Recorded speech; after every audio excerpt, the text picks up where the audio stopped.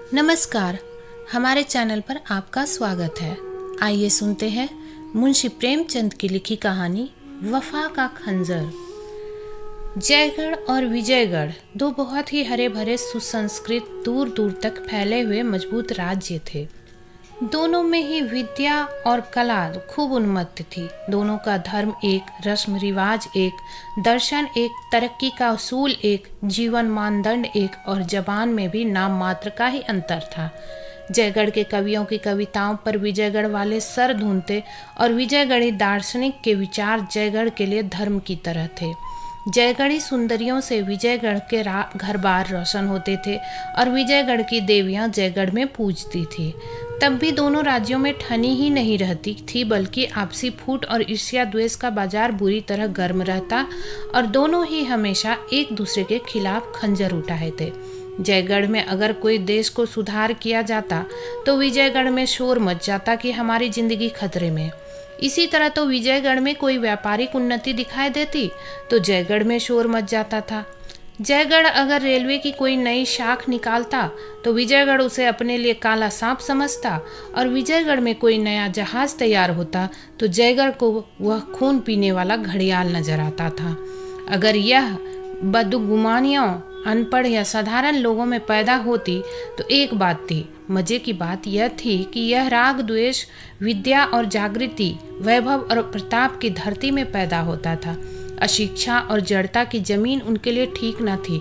खास सोच विचार और नियम व्यवस्था के उपजाऊ क्षेत्र में तो इस बीज का बढ़ना कल्पना की शक्ति को भी मात कर देता था। नन्हा सा बीज पलक मारते भर में ऊंचा पूरा दख्त हो जाता था। कूचे और बाजारों में रोने पीटने की सदाएं गूंजती। देश की समस्याओं में एक भूचाल सा आता। अखबारों के दिल जलाने वाले शब्द राज्य में हलचल मचा देते। कहीं से आवाज आ जाती, जयगढ़ प्यारे जयगढ़, पवित्र के लिए यह कठिन परीक्षा का अवसर है। दुश्मन ने जो शिक्षा की व्यवस्था तैयार की है वह हमारे लिए मृत्यु का संदेश है। अब जरूरत और बहुत सख्त जरूरत है कि हम हिम्मत बांधें और साबित कर दें कि जयगढ़, अमर जयगढ़ इन हमलों से अपनी प्राण रक्षा कर सकता है, नहीं उनका मुंह तोड़ जवाब दे सकता है। अगर हम इस वक्त न जागे तो जयगढ़ प्यारा जयगढ़ हस्ती के पर्दे से हमेशा के लिए मिट जाएगा और इतिहास भी उसे भुला देगा। दूसरी तरफ से आवाज आती, विजयगढ़ के बेखबर सोने वालों, हमारे मेहरबान पड़ोसियों ने अपने अखबारों की जबान बंद करने के लिए जो नए कायदे लागू किए हैं उन पर नाराजगी का इजहार करना हमारा फर्ज है। उनकी मंशा इसके सिवा और कुछ नहीं है कि वहाँ के मामलों से हमको बेखबर रखा जाए और इस अंधेरे के पर्दे में हमारे ऊपर धावे किए जाएं। हमारे गलों पर फेरने वाले के लिए नए नए हथियार तैयार किए जाएं और आखिरकार हमारा नाम निशान मिटा दिया जाए। लेकिन हम अपने दोस्तों को जता देना अपना फर्ज समझते हैं कि अगर उन्हें शरारत के हथियारों की इजाद के कमाल है तो हमें भी उनकी काट करने में कमाल है। अगर शैतान उनका मददगार है तो हमको भी ईश्वर की सहायता प्राप्त है। और अगर अब तक हमारे दोस्तों को मालूम नहीं है तो अब होना चाहिए कि ईश्वर की सहायता हमेशा शैतान को दबा देती है। जयगढ़ बाकमाल कलावंतों का अखाड़ा था। शीरी बाई इस अखाड़े की सब्ज परी थी। उसकी कला की दूर दूर तक ख्याति थी। वह संगीत की राती थी जिसकी ड्योढ़ी पर बड़े बड़े नामवर आकर सिर झुकाते थे। चारों तरफ विजय का डंका बजाकर उसने विजयगढ़ की ओर प्रस्थान किया, जिससे अब तक उसे अपनी प्रशंसा का कर न मिला था। उसके आते विजयगढ़ में एक इनकलाब सा हो गया। राग द्वेष और अनुचित गर्व हवा से उड़ने वाली सूखी पत्तियों की तरह तितर बितर हो गए। सौंदर्य और राग में बाजार में धूल उड़ने लगी। थिएटरों और नृत्यशालाओं में वीरानी छा गई। ऐसा मालूम होता था कि जैसे सारी सृष्टि पर जादू छा गया। शाम होते ही विजयगढ़ के धनी धोरी, जवान बूढ़े शीरीबाई की मजालिस की तरफ दौड़ते थे। सारा देश शीरी की भक्ति के नशे में डूब गया। विजयगढ़ के सचेत क्षेत्रों में देशवासियों के इस पागलपन से एक बेचैनी की हालत पैदा हुई। सिर्फ यही नहीं कि उनके देश की दौलत बर्बाद हो रही है, बल्कि उनका राष्ट्रीय अभिमान और तेज भी धूल में मिल जाता था। जयगढ़ की एक मामूली नाचने वाली, चाहे वह कितनी ही मीठी अदाओं वाली क्यों न हो, विजयगढ़ के मनोरंजन का केंद्र बन जाए, यह बहुत बड़ा अन्याय था। आपस में मशवरे हुए और देश के पुरोहितों की तरफ से देश के मंत्रियों की सेवा में इस खास उद्देश्य से एक शिष्टमंडल उपस्थित हुआ। विजयगढ़ के आमोद प्रमोद के कर्ताओं की ओर से भी आवेदन पत्र पेश होने लगे। अखबारों ने राष्ट्रीय अपमान और दुर्भाग्य के तराने छेड़े। साधारण लोगों के हल्के में सवालों की बौछार होने लगी। यहाँ तक कि वजीर मजबूर हो गए। शीरीबाई के नाम शाही फरमान पहुंचा, क्योंकि तुम्हारे रहने से देश में उपद्रव होने की आशंका है, इसलिए तुम फौरन विजयगढ़ से चले जाओ। मगर यह हुक्म अंतर्राष्ट्रीय संबंधों, आपसी इकरारनामे और सभ्यता के नियमों के सरासर खिलाफ था। जयगढ़ के राजदूत ने, जो विजयगढ़ में नियुक्त था, इस आदेश पर आपत्ति की और शीरीबाई ने आखिरकार उसको मानने से इनकार किया, क्योंकि इससे उसकी आज़ादी और खुददारी और उसके देश के अधिकारों और अभिमान पर चोट लगती थी। जयगढ़ के कूचे और बाजार खामोश थे। सैर की जगह खाली, तफरीह और तमाशे बंद। शाही महल के लंबे चौड़े सहने और जनता के हरे भरे मैदानों में आदमियों की भीड़ थी, मगर उनकी जबानें बंद थी और आंखें लाल। चेहरे का भाव कठोर और क्षुब्ध। त्योरियां हुई, माथे पर शिकन, उमड़ी हुई काली घटा थी, डरावनी, खसमोश और बाढ़ को अपने दामन में छिपाए हुए। मगर आम लोगों में एक बड़ा हंगामा मचा हुआ था। कोई सुलह का हामी था, कोई लड़ाई की मांग करता था, कोई समझौते की सलाह देता था, कोई कहता था कि छानबीन करने के लिए कमीशन बैठाओ। मामला नाजुक था, मौका तंग, तो भी आपसी बहस, मुबाहसों, बदगुमानियों और एक दूसरे पर हमलों का बाजार गर्म था। आधी रात गुजर गई, मगर कोई फैसला ना हो सका। पूंजी की संगठित शक्ति, उसकी पहुंच और रौब दौब फैसले की जबान बंद किए हुए था। 3 पहर रात जा चुकी थी। हवा नींद से मतवाली होकर अंगड़ाइयां ले रही थी और दरख्तों की आंख झपकती थी। आकाश के दीपक भी झलमलाने लगे थे। दरबारी कभी दीवारों की तरफ ताकते थे, कभी छत की तरफ, लेकिन कोई उपाय न सूझता था। अचानक बाहर से आवाज आई, युद्ध युद्ध। सारा शहर इस बुलंद नारे से गूंज उठा। दीवारों ने अपनी खामोश जबान से जवाब दिया, युद्ध युद्ध। यह अदृष्ट से आने वाली एक पुकार थी जिसने उस ठहराव में हरकत पैदा कर दी थी। अब ठहरी हुई चीज़ों में खलबली सी मच गई। दरबारी गोया गफलत की नींद से चौंक पड़े, जैसे कोई भूली हुई बात याद आते ही उछल पड़े। युद्ध मंत्री सैयद अस्करी ने फरमाया, क्या अब भी लोगों को लड़ाई का ऐलान करने में हिचकिचाहट है? आम लोगों की जबान खुदा का हुक्म और उसकी पुकार अभी आपके कानों में आई, उसको पूरा करना हमारा फर्ज है। हमने आज इस लंबी बैठक में यह साबित किया है कि हम जबान के धनी हैं, पर जबान तलवार है, ढाल नहीं। हमें इस वक्त ढाल की ज़रूरत है। आइए हम अपने सीनों को ढाल बना लें और साबित कर दें कि हम में अभी वह जौहर बाकी है जिसने हमारे बुजुर्गों का नाम रोशन किया। कौमी गैरत जिंदगी की रूह है। वह नफ़े और नुकसान से ऊपर है। वह हुंडी और रोकड़, वसूल और बाकी, तेजी और मंदी की पाबंदियों से आज़ाद है। सारी खानों की छिपी हुई दौलत, सारी दुनिया की मंडियाँ, सारी दुनिया के उद्योग धंधे और पासंग है। उसे बचाइए, वरना आपका यह सारा निजाम तितर बितर हो जाएगा, सिरजा बिखर जाएगा, आप मिट जाएंगे। पैसे वालों से हमारा सवाल है, क्या अब भी आपको जंग के मामले में हिचकिचाहट है?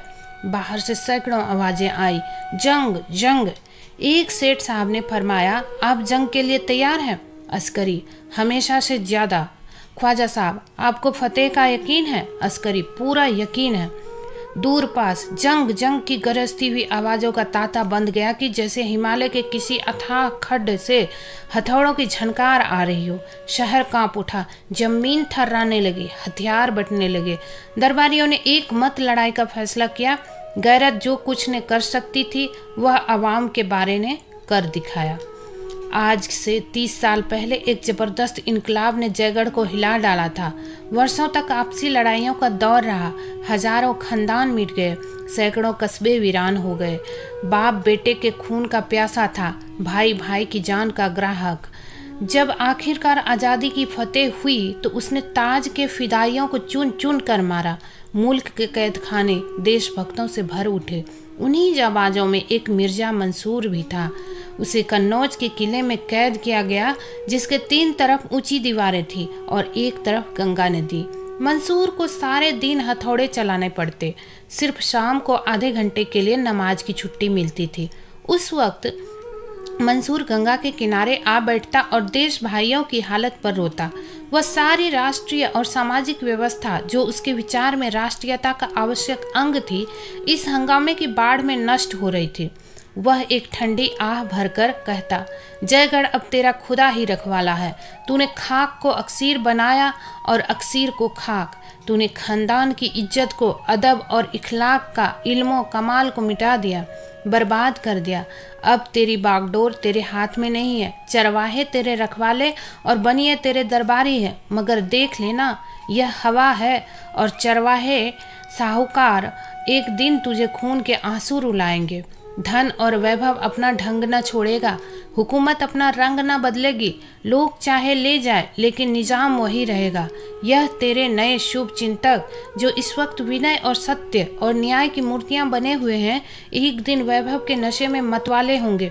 उनकी शक्तियां ताज की शक्तियों से कहीं ज़्यादा सख्त होंगी और उनके जुल्म कहीं इससे ज़्यादा तेज। इन्हीं ख्यालों में डूबे हुए मंसूर को अपने वतन की याद आ जाती। घर का नक्शा आंखों के सामने खिंच जाता। मासूम बच्चे अस्करी की प्यारी प्यारी सूरत आंखों में फिर जाती, जिसे तकदीर ने माँ के लाड़ प्यार से वंचित कर दिया था। तब मंसूर एक ठंडी आह खींचकर खड़ा होता है और अपने बेटे से मिलने की पागल इच्छा में उसका जी चाहता है कि गंगा में कूदकर पार निकल जाऊं। धीरे धीरे इस इच्छा ने इरादे की सूरत अख्तियार की। गंगा उमड़ी हुई थी और छोर का पता ही न था। तेज और गरजती हुई लहरें दौड़ते हुए पहाड़ों के समान थी। पाट देखकर सनर में चक्कर सा आ जाता था। मंसूर ने सोचा, नहीं उतरने दूं, लेकिन नदी उतरने के बदले भयानक रोग की तरफ बढ़ती जाती थी। यहाँ तक कि मंसूर को फिर धीरज न रहा। एक दिन वह रात को उठा और उस पुरसोर लहरों से भरे हुए अंधेरे में कूद पड़ा। मंसूर सारी रात लहरों के साथ लड़ता भिड़ता रहा, जैसे कोई नन्ही सी चिड़िया तूफान में थपेड़े खा रही हो। कभी उनकी गोद में छिपा हुआ, कभी एक रेले में 10 कदम आगे, कभी एक धक्के में 10 कदम पीछे। जिंदगी की लिखावट की जिंदा मिसाल। जब वह नदी के पार हुआ तो एक बेजान लाश था, सिर्फ सांस बाकी थी और सांस के साथ मिलने की इच्छा। इसके तीसरे दिन मंसूर विजयगढ़ जा पहुंचा। एक गोद में अस्करी था और दूसरे हाथ में गरीबी का छोटा सा एक कुब्बुच्चा। वहां उसने अपना नाम मिर्जा जलाल बताया। हुलिया भी बदल लिया था। हट्टा कट्टा सजीला जवान था। चेहरे पर शराफत और कुशीलता की कांति झलकती थी। नौकरी के लिए किसी और सिफारिश की जरूरत न थी। सिपाहियों में दाखिल हो गया और 5 ही साल में अपनी खिदमतों और भरोसे की बदौलत मंदौर के सरदही पहाड़ी किले का सूबेदार बना दिया गया। लेकिन मिर्जा जलाल को वतन की याद हमेशा सताया करती। वह अस्करी को गोद में ले लेता और कोट पर चढ़कर उसे जयगढ़ की वह मुस्कुराती हुई चारागाहें और मतवाले झरने और सुधरी बस्तियां दिखाता, जिनके कंगूर किले से नजर आते। उस वक्त बेअख्तियार उसके जिगर से सर्द आह निकल जाती और आंखें डबडबा आती। वह अस्करी को गले लगा लेता और कहता, बेटा वह तुम्हारा देश है, वही तुम्हारा और तुम्हारे बुजुर्गों का घोंसला है। तुमसे हो सके तो उसके एक कोने में बैठे हुए अपनी उम्र खत्म कर देना, मगर उसकी आन में कभी बट्टा न लगाना, कभी उससे दया मत करना, क्योंकि तुम उसी की मिट्टी और पानी से पैदा हुए हो और तुम्हारे बुजुर्गों की पाक रूह अब भी वहाँ मंडरा रही है। इस तरह बचपन से ही अस्करी के दिल में देश की सेवा और प्रेम अंकित हो गया था। वह जवान हुआ तो जयगढ़ पर जान देता था। उसकी शान शौकत पर निसार, उसके रौब दाब की माला जपने वाला, उसकी बेहतरी को आगे बढ़ाने के लिए हर वक्त तैयार, उसके झंडे को नई अछूती धरती में गाड़ने का इच्छुक। 20 साल का सजीला जवान था, इरादा मजबूत, हौसले बुलंद, हिम्मत बड़ी, फौलादी जिस्म। आकर जयगढ़ की फौज में दाखिल हो गया और इस वक्त जयगढ़ की फौज का चमकता सूरज बना हुआ था। जयगढ़ ने अल्टीमेटम दे दिया, अगर 24 घंटे के अंदर श्री बाई जयगढ़ न पहुंची तो उसकी अगवानी के लिए जयगढ़ की फौज रवाना होगी। विजयगढ़ ने जवाब दिया, जयगढ़ की फौज आए, हम उसकी अगवानी के लिए हाजिर हैं। श्री बाई जब तक यहाँ की अदालत से हुक्म उदुली की सजा न पाले, वह रिहा नहीं हो सकती और जयगढ़ को हमारे अंदरूनी मामलों में दखल देने का कोई हक नहीं। अस्करी ने मुंह मांगी मुराद पाई। खुफिया तौर पर एक दूत मिर्जा जलाल के पास रवाना किया गया और खत में लिखा, आज विजयगढ़ से हमारी जंग छिड़ गई। अब खुदा ने चाहा तो दुनिया जयगढ़ की तलवार का लोहा मान जाएगी। मंसूर का बेटा अस्करी फतेह के दरबार का एक अदना दरबारी बन सकेगा और शायद मेरी वह दिली तमन्ना भी पूरी हो जाए जो हमेशा मेरी रूह को तड़पाया करती है। शायद मैं मिर्जा मंसूर को फिर जयगढ़ की रियासत में एक ऊंची जगह पर बैठे देख सकूं। हम मंदौर में ना बोलेंगे और आप भी हमें ना छोड़िएगा, लेकिन अगर खुदा न ख्वास्ता कोई मुसीबत आ ही पड़े तो आप मेरी यह मुहर जिस सिपाही या अफसर को दिखा देंगे वह आपकी इज्जत करेगा और आपको मेरे कैंप में पहुंचा देगा। मुझे यकीन है कि अगर जरूरत पड़े तो उस जयगढ़ के लिए जो आपके लिए इतना प्यारा है और उस अस्करी के खातिर जो आपके जिगर का टुकड़ा है, आप थोड़ी सी तकलीफ लें, दरग न फरमाएंगे। इसके तीसरे दिन जयगढ़ की फौज ने विजयगढ़ पर हमला किया और मंदौर से 5 मील के फासले पर दोनों फौजों का मुकाबला हुआ। विजयगढ़ को अपने हवाई जहाज़ों, जहरीले गड्ढों, दूर तक मार करने वाली तोपों का घमंड था।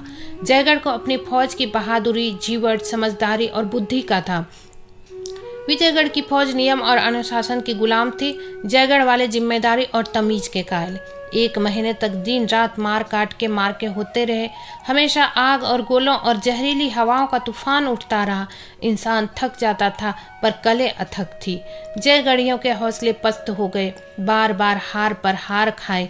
अस्करी को मालूम हुआ कि जिम्मेदारी फतह में चाहे करिश्मे कर दिखाए पर शिकस्त में मैदान हुक्म की पाबंदी ही के साथ रहता है। जयगढ़ के अखबारों में ने हमले शुरू किए। अस्करी सारी कौम की लानत मलानत का निशाना बन गया। वही अस्करी जिस पर जयगढ़ फिदा होता था सबकी नज़रों का कांटा हो गया। अनाथ बच्चों के आंसू, विधवाओं की आहें, घायलों की चीख पुकार, व्यापारियों की तबाही, राष्ट्र का अपमान, इन सब का कारण वही एक व्यक्ति अस्करी था। कौम की अगुवाई, सोने की राज सिंहासन भले ही हो पर फूलों की मेज वह हरगिज नहीं। जब जयगढ़ की जान बचने की इसके सिवा और कोई सूरत न थी कि किसी तरह विरोधी सेना का संबंध मंदौर के किले से काट दिया जाए, जो लड़ाई और रसद के सामान और यातायात के साधनों का केंद्र था। लड़ाई कठिन थी, बहुत खतरनाक, सफलता की आशा बहुत कम, असफलता की आशंका जी भर पाए। कामयाबी अगर सूखे धान का पानी थी तो नाकामी उसकी आग, मगर छुटकारे की और कोई दूसरी तस्वीर न थी। अस्करी ने मिर्जा जलाल को लिखा, प्यारे अब्बा जान, आपने पिछले खत में मैंने जिस जरूरत का इशारा किया था, बदकिस्मती से वह जरूरत आ पड़ी। आपका प्यारा जयगढ़ भेड़ियों के पंजे में फंसा हुआ है और आपका प्यारा अस्करी नाउम्मीदों के भंवर में। दोनों आपकी तरफ आस लगाए ताक रहे हैं। आज हमारी आखिरी कोशिश, हम मुखालिफ फौज को मंदौर के किले से अलग करना चाहते हैं। आधी रात के बाद यह मार्का शुरू होगा। आपसे सिर्फ इतनी दरख्वास्त है कि अगर हम सर हथेली पर लेकर किले के सामने तक पहुंच सकें तो हमें लोहे के दरवाजे से सर टकराकर वापस न होना पड़े, वरना आप अपनी कौम की इज्जत और अपने बेटे की लाश को उसी जगह पर तड़पते देखेंगे और जयगढ़ आपको कभी माफ़ नहीं करेगा। उससे कितनी ही तकलीफ क्यों न पहुंची हो, मगर आप उसके हकों से सुबुक दोष नहीं हो सकते। शाम हो चुकी थी। मैदान जंग ऐसा नजर आता था कि जैसे जंगल जल गया हो। विजयगढ़ी फौज एक खुरेज मार्के के बाद खंदकों में आ रही थी। घायल मंदौर के किले के अस्पताल में पहुंचाए जा रहे थे। तोपें थक कर चुप हो गई थी और बंदूकें जरा दम ले रही थी। उसी वक्त जयगढ़ी फौज का एक अफसर विजयगढ़ी वर्दी पहने हुए अस्करी के खेमे से निकला। थकी हुई तोपें, सर झुकाए हवाई जहाज, घोड़ों की लाशें, औंधी पड़ी हुई हवा गाड़ियाँ और सजीव मगर टूटे फूटे किले उसके लिए पर्दे का काम करने लगे। उनकी आड़ में छिपता हुआ वह विजयगढ़ी घायलों की कतार में जा पहुंचा और चुपचाप जमीन पर लेट गया। आधी रात गुजर चुकी थी। मंदौर या किलेदार मिर्जा जलाल किले की दीवार पर बैठा हुआ मैदान जंग का तमाशा देख रहा था और सोचता था कि अस्करी को मुझे ऐसा खत लिखने की हिम्मत क्यों कर हुई। उसे समझाना चाहिए था कि जिस शख्स ने अपने उसूलों पर अपनी जिंदगी न्योछावर कर दी, देश से निकाला गया और गुलामी का तौक गर्दन में डाला, वह अब अपनी जिंदगी के आखिरी दौर में ऐसा कोई काम न करेगा जिससे उसको बट्टा लगे। अपने उसूलों को न तोड़ेगा। खुदा के दरबार में वतन और वतन वाले और बेटा एक भी साथ न देगा। अपने बुरे भले की सजा या इनाम आप ही भुगतना पड़ेगा। हिसाब के रोज उसे कोई न बचा सकेगा।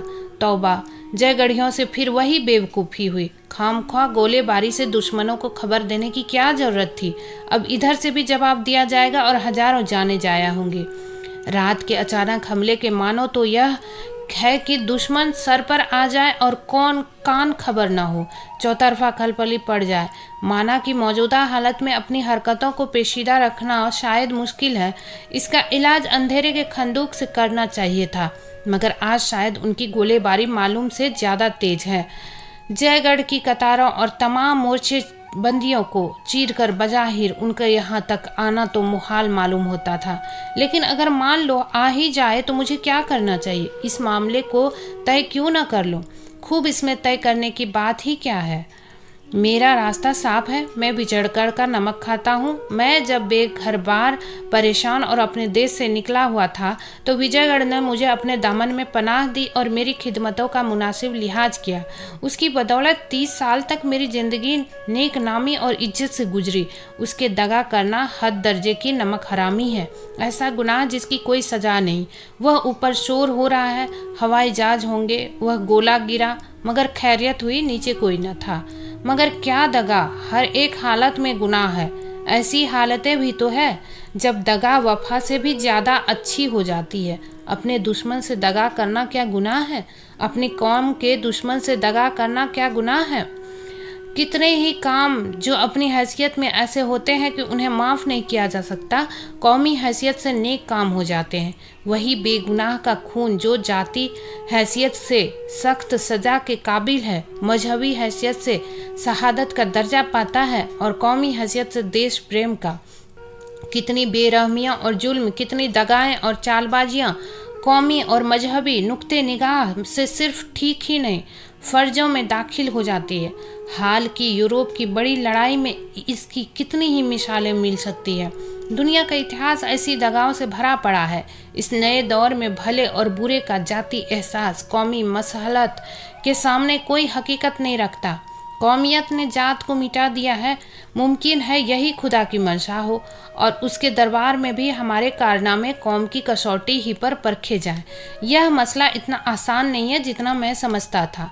फिर आसमान में शोर हुआ, इतना मगर शायद यह इधर की हवाई जहाज है। जयगढ़ वाले बड़े दमखम से लड़ रहे हैं, इधर वाले दबते नजर आते हैं। आज यकीनन मैदान उन्हीं के हाथ में रहेगा।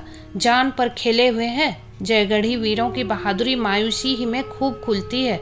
उनकी हार जीत से भी ज़्यादा शानदार होती है। बेशक अश्करे दांव पेच का उस्ताद है, किस खूबसूरती से अपनी फौज का रुख किले के दरवाजे की तरफ फेर दिया, मगर सख्त गलती कर रहे हैं। अपने हाथों अपनी कब्र खोद रहे हैं। सामने का मैदान दुश्मन के लिए खाली किए देते हैं। वह चाहे तो बिना रोक टोक आगे बढ़ सकता है और सुबह तक जयगढ़ की सरजमीन में दाखिल हो सकता है। जयगढ़ियों के लिए वापसी या तो गैर मुमकिन है या निहायत खतरनाक। किले का दरवाज़ा बहुत मजबूत है। दीवारों की संधियों से उन पर बेशुमार बंदूकों के निशान पड़ेंगे। उनका इस आग में 1 घंटा भी ठहरना मुमकिन नहीं है। क्या इतने देशवासियों की जानें सिर्फ एक उसूल पर, सिर्फ हिसाब के दिन के डर पर, सिर्फ अपने इखलाकी एहसास पर कुर्बान कर दूं? और महज जाने ही क्यों, इस फौज की तबाही जयगढ़ की तबाही है। कल जयगढ़ की पाक सरजमीन दुश्मन की जीत के नक्कारों से गूंज उठेगी। मेरी माएँ, बहनें और बेटियां हया को जलाकर खाक कर देने वाली हरकतों का शिकार होंगी। सारे मुल्क में कत्ल और तबाही के हंगामे बरपा होंगे। पुरानी अदावत और झगड़ों के शोले भड़केंगे। कब्रिस्तान में सोई हुई रूहें दुश्मन के कदमों से पामाल होंगी। वे इमारतें जो हमारे पिछले बड़प्पन की जिंद निशानियां हैं, वह यादगारें जो हमारे बुजुर्गों की देन है, जो हमारे कारनामों के इतिहास, हमारे कमालों का खजाना और हमारी मेहनतों की रोशन गवाहियाँ हैं, जिनकी सजावट और खूबी को दुनिया की कौमों स्पर्धा की आंखों से देखती है, वह अर्ध बर्बर असभ्य लश्करियों का पड़ाव बनेगी और उनके तबाही के जोश का शिकार।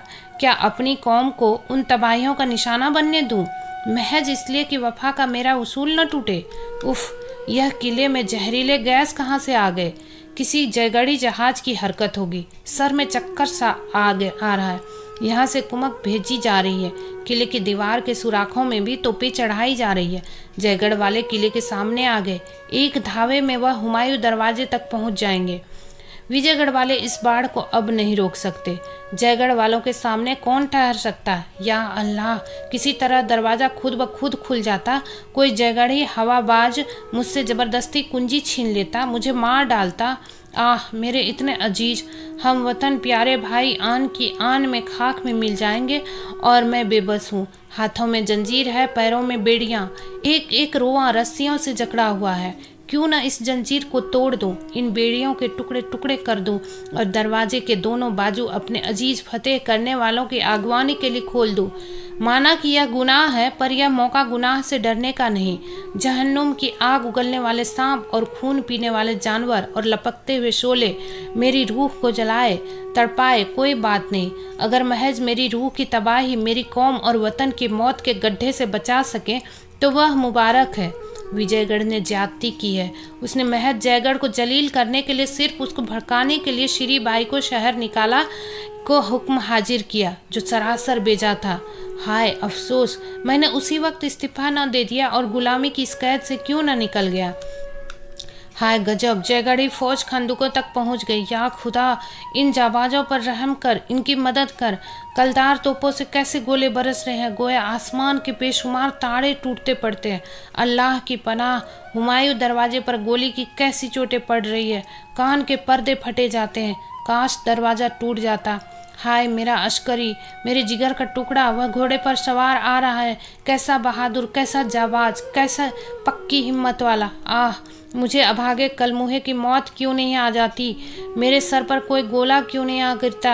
हाय, जिस पौधे को अपने जिगर के खून से पाला, जो मेरी पतझड़ जैसी जिंदगी का सदाबहार फूल था, जो मेरी अंधेरी रात का चिराग, मेरी जिंदगी की उम्मीद, मेरी हस्ती का दारो मदार, मेरी आरजू की इंतहा था, वह मेरी आंखों के सामने आग के भंवर में पड़ा हुआ है और मैं हिल भी नहीं सकता।